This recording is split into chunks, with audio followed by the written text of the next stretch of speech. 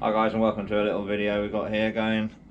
This is basically a how-to on how to put a cylinder head onto a 5EB R6 engine. This is actually a 5SL. It's been converted to fit in a 5EB frame. I've done a build series on this engine on both the bottom end and the top end. Links in the description for that if you want to see. It would be great if you give us a like and subscribe. Just to help the channel grow, and then I can do more and more videos and bits and pieces like that. So it's always going to be bike related content and what have you, whether it be just build series, vlogs and how-tos and what have you. So we're going to get on with this engine today. I'm going to get you set up. Basically what we're going to do, we're all ready to go. We literally just need to bolt the bits on, so it's a case of just running through what you do. We're going to be fitting the head and timing the engine up, so if you're having trouble with any of that yourself at home, then this will be the video for you to watch. So let's get you set up and get on with it. Right, okay, so I don't know if you can see me down there. I know you can see the engine alright, so you don't need to see my face and my ugly mug. Right, now dowels is the first thing you want. I've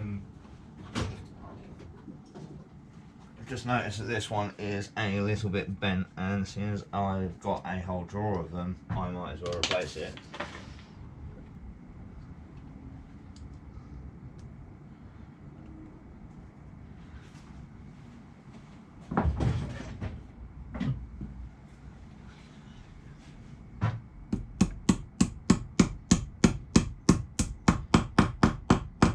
Tap them in and tap them home. One at the top, one at the bottom. Okay, they should go in and come out very easily. They are very easy to damage and get out of shape, and once you've got them out of shape, they are pretty much useless. So we just want to give this head one quick little wipe down with some brake cleaner, just to remove any grease, contaminants and what have you there may be on there.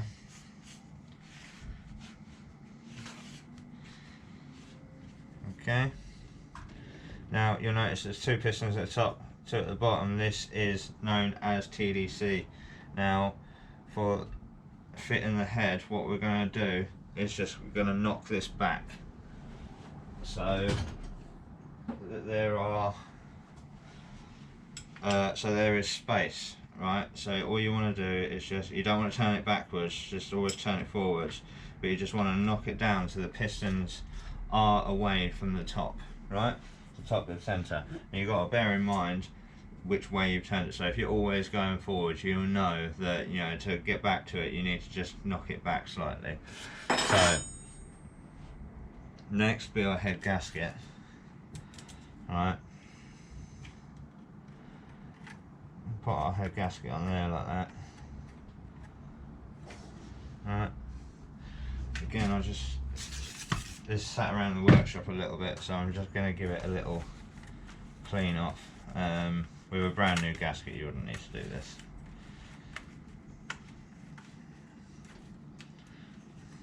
So that's the head gasket on. Now we get our cylinder head. And don't turn it completely upside down, because we've got our buckets and lifters and all that in there. I have literally just finished the cylinder head, so it is very, very, very clean and very good to go. Now you want to just very carefully drop her on, trying to line her up. It's nice if you've got a well lit area and you can see down the bolt holes, because you can just line them up together and get it to sit on. Now with both dowels on there, it will just sit quite happily.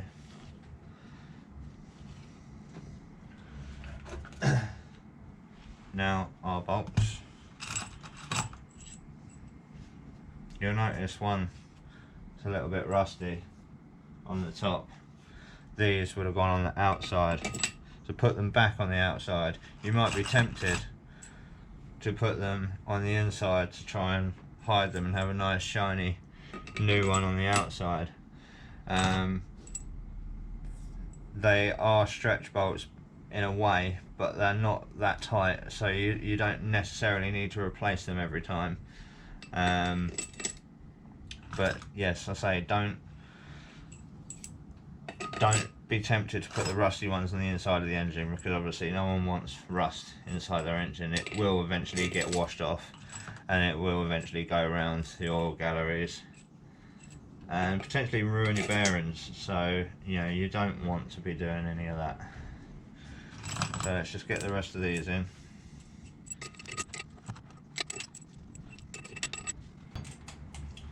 Now when you tighten these, you need to go in a sequence. You start from the middle and working your way out.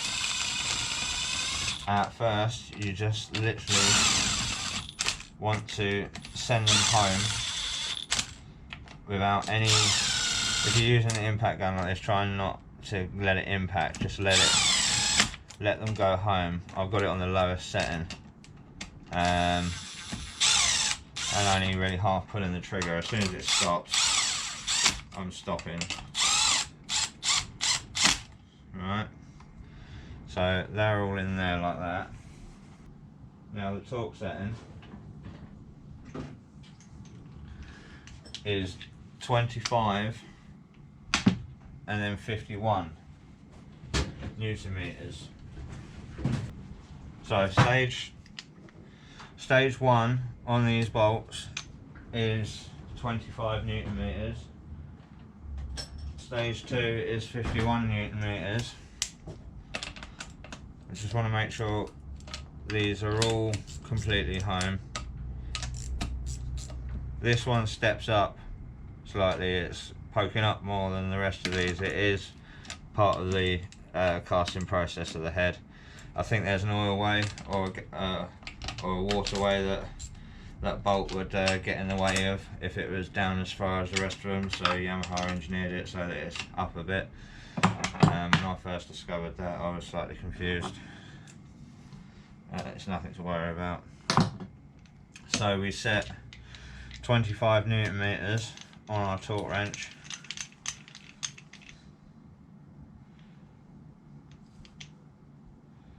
And you want to start from the middle and work your way out. That is the tightening procedure for these.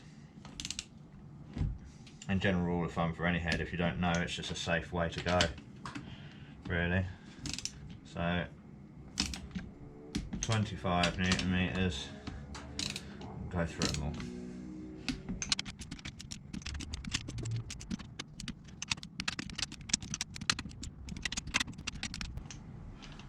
I don't know if you noticed there, but I missed one, which is always why it's good to just double check, just go over them twice. 51 Newton meters, so let's get that one on. This one you need to kind of hold the engine a little bit for.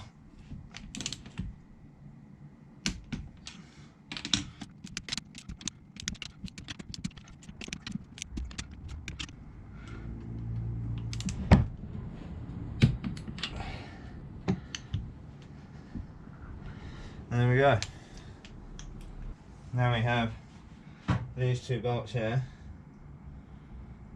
which are here.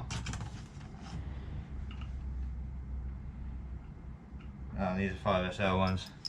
I'm going to have to find 5SL ones are longer. I'm going to have to find some. I'll be right back. Right, I found a couple.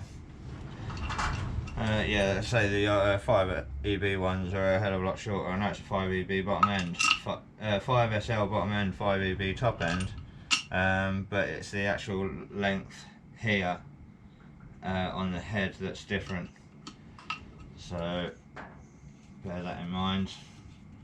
Now these are only torqued to 7 Newton meters. My torque wrench won't even do 7 Newton meters, and also my torque wrench doesn't tend to like anything lower than an M8 thread. M6, it just no matter how low the torque setting, it just feels like you're going to tear the thing out. So we won't bother with that. Okay. Right, okay, timing. you are precariously resting on a stool, so if you get knocked off, I'll edit it out, don't worry.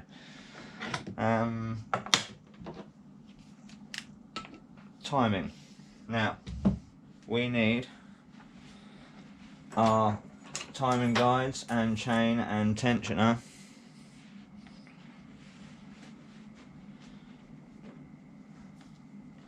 Now, our guides are rather tight to fit, especially with everything else in the way. So what we do, first things first, is the chain. Alright, we drop the chain into position. It doesn't matter where the timing is at the moment, just get the chain on.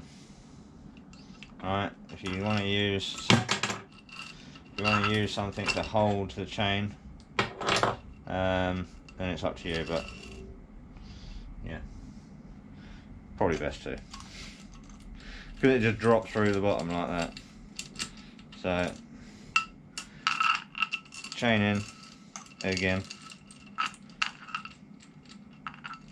Alright, while we're holding it up, I've just noticed I've got two of the same guide, so that's not going to help me very much, is it? I'm going to have to find another guide. We can get this one in. And this one just sits into the bottom here and clips into the top here. Simple as that. Use that wrong guide to hold my chain. Alright, I found one. I seem to be missing some bits for this engine, Christ knows where. I'll probably stumble across them when I next have a clear out, tidy up. This is just out of my spares box. So the second guide in there. Now we do this because once we fit the camshafts we can't get these in. So that's the next stage, is camshafts. Alright, got the camshafts here. Now, inlet is marked with I. Well, they're both marked E and I, but the I will have a paint dot next to it. And then on the exhaust cam is the opposite. The E has the paint mark and the I does not. Now, also another identifying mark for the exhaust cam is on these sort of central sort of flange bits here that got kind of like a guide for the camshaft. This one is grooved. It's got a groove right there, whereas the inlet one hasn't. It's just solid. So that's an easy way of identifying them. Now you'll remember that when we put this engine, when we put the head on, we knock the pistons out of the way a little bit.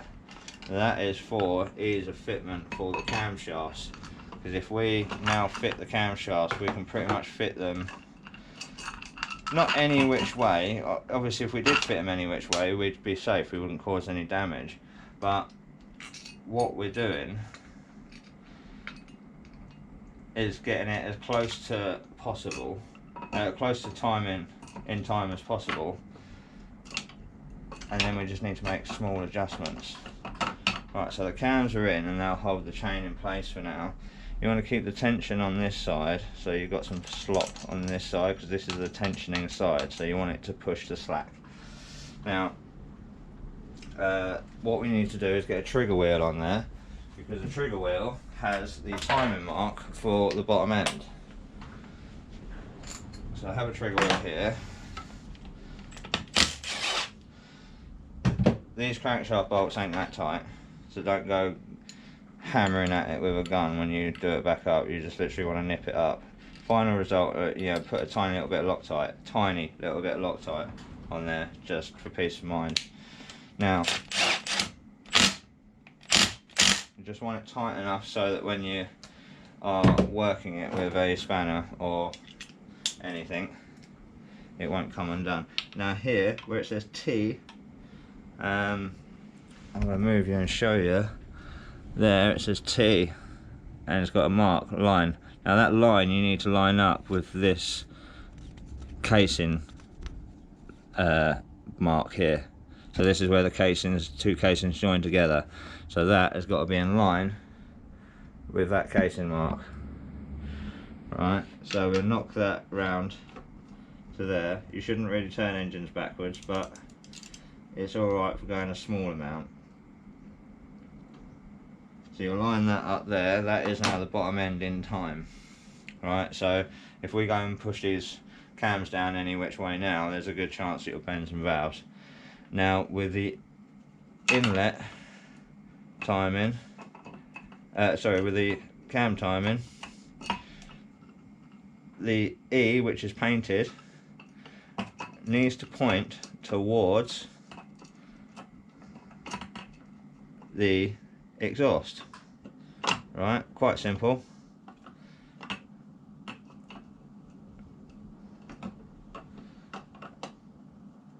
Just like that, right? And that lines up flat with this, right? So if it's flat with this face, this little mark for the E, which is exhaust, that is in time. That is where that camshaft needs to be. Now with the inlet, it's slightly different. With the inlet, you've got to make it appear that it's one tooth out, and then by the time you tighten up everything, it will be in the right place. And you want to make that appear one tooth out down, right? So it looks like it's disappearing into the case a little tiny bit. I'm pretty sure that's the way it is. Yeah. And then that is safe, right? So you can now tighten down these cams knowing that you're not going to touch any pistons. Now I strongly recommend doing this by hand. It has to be done by hand. Otherwise, you know, if you have got it wrong and you are going to make contact with a piston, then by hand you're going to feel it, and the chances of you causing damage are greatly reduced, because it's just you know, you can feel the difference. You can feel the mechanical lock before you start bending a valve. Just run through these to get them all spun up and tighten down.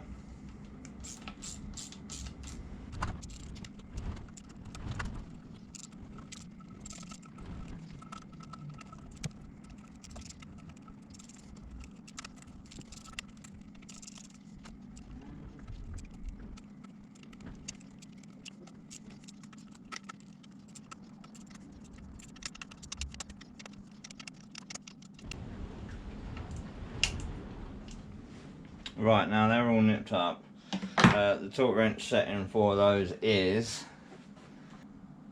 10 Newton meters is the torque wrench setting for those. I don't have a torque wrench setting, a torque wrench that goes low enough for that, so I'm going to have to borrow one from work. So I'm just going to leave them nipped up for now. But when you do torque them up, obviously you've done them evenly and slowly push this thing down, feeling pretty much no resistance at all. Once that's all sat down, they're all nipped up nicely, you then again work your way out like a snail to torque them up. 10 Newton meters, which is pretty much nothing. So now, as you can see, this chain has now come loose, which wasn't the actual intention, but you can move it. The inlet cam has now lined up perfectly. So I say perfectly, nearly perfectly, because that chain's loose. And how we sort that out is if we get a open-ended 10mm spanner, get onto the bolt fixing the pulley on, right, and you can just ever so slightly, as you hold the chain up out of the way, move that. Now that is bang on, bang on, bang on. Alright, bang on the bottom.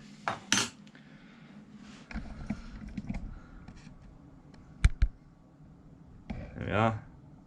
Inlet, exhaust, bottom end. that is timing set. Right, so tensioning this. This is the tensioner. It works on a kind of ratchet based system where it will come out very easily but it won't go back in. So, you know, as the chain wears and the guides wear and stuff, it will keep tension and keep pushing on it, and it won't allow it to come back. If it does allow it to come back, the chain will slacken, and that's when you have a problem. To fit these, you need to remove this little 10mm from the back. Don't be tempted to hold this in your hand, you know, because you've normally taken this off by now. With this still attached, don't be tempted to hold this in your hand and impact this off. This is surprisingly tight for what this is, and you will ruin your hand. Don't ask me how I know.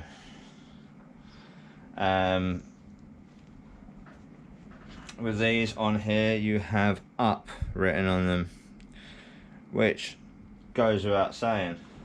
That faces up, so up is right at the top of where we are. Now, with that little piece with 10mm removed, there's a flathead screwdriver down in the bottom of there, so you want a small flathead, and if you hold tension on it, if you wind it in, it will allow you to squeeze the thing in. Alright, all the way. Okay, now there is a way of locking these, I believe, but I've never quite figured it out, and to be honest, I don't need to. So there is a gasket, or was a gasket somewhere. Right, okay, we haven't got a gasket, so we just have to do some sealant for now, which is just as good. I mean, you could run no gasket on this, it wouldn't leak from here, so it's not really a big deal. Very small, thin layer of silicone. Don't get it on the outside if you are on the inside if you're using silicone. Tiny little bit.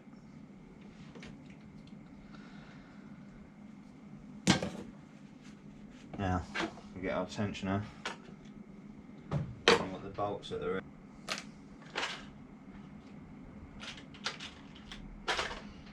Right, you want the bolts at the ready too, along with your Allen key. Now you want to compress this a little bit, alright, but it's going to be very difficult to do while you're trying to get this in there and keep it apart. So what I do is I'll put it in there until it touches. Alright, and then put your screwdriver in, wind her in, so it will then go home enough for you to get a bolt in.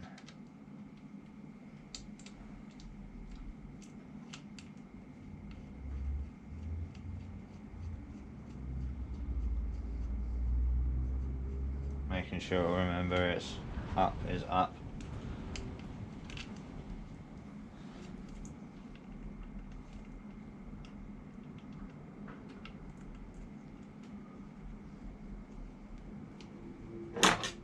Get these bolts in so it won't go anywhere.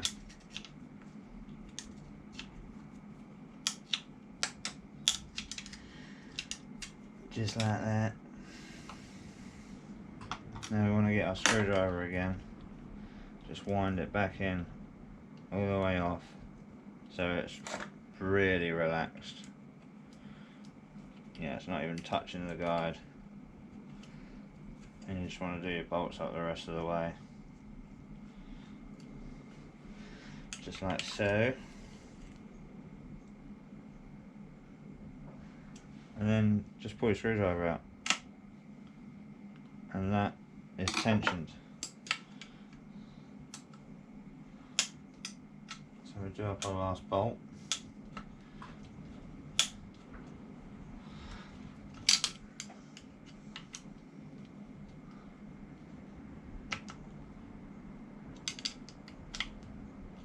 Like so. Put our little 10mm cap in.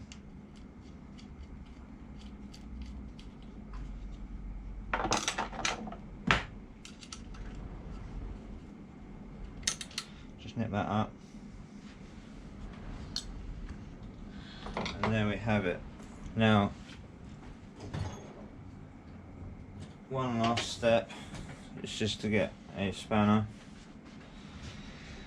You want to turn the engine over. This will be very easy because there's no spark plugs in this engine, so there'll be no compression.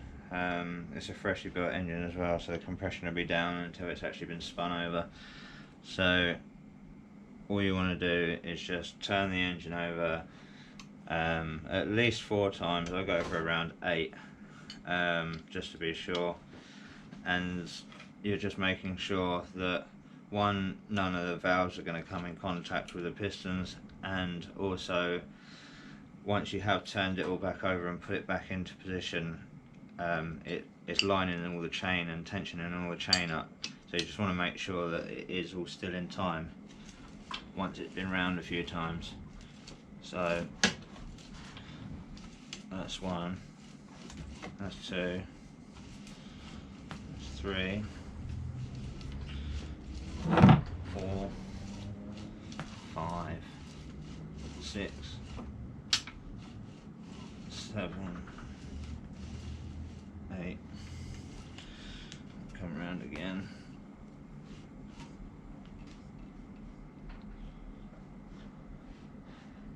I need to come around one more time.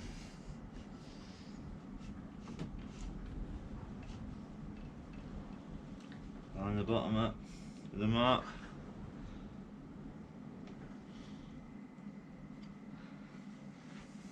And then the top, just check. Still reading I and E facing the right ways. Chain is tight, and that is ready for its rocker cover and its side cover, and is ready to go. So that's it for this video, guys. This engine is done, is now ready to be fitted. It is for sale, and I believe it has potentially sold already. So it is going like this with no cover or rocker cover on. All I've got to do now is just plug up the holes. I'm going to put some old spark plugs in it just to make sure nothing gets inside, and then we're ready to go. If you enjoyed this video, please like and subscribe, and I'll catch you in the next one. Thank you very much.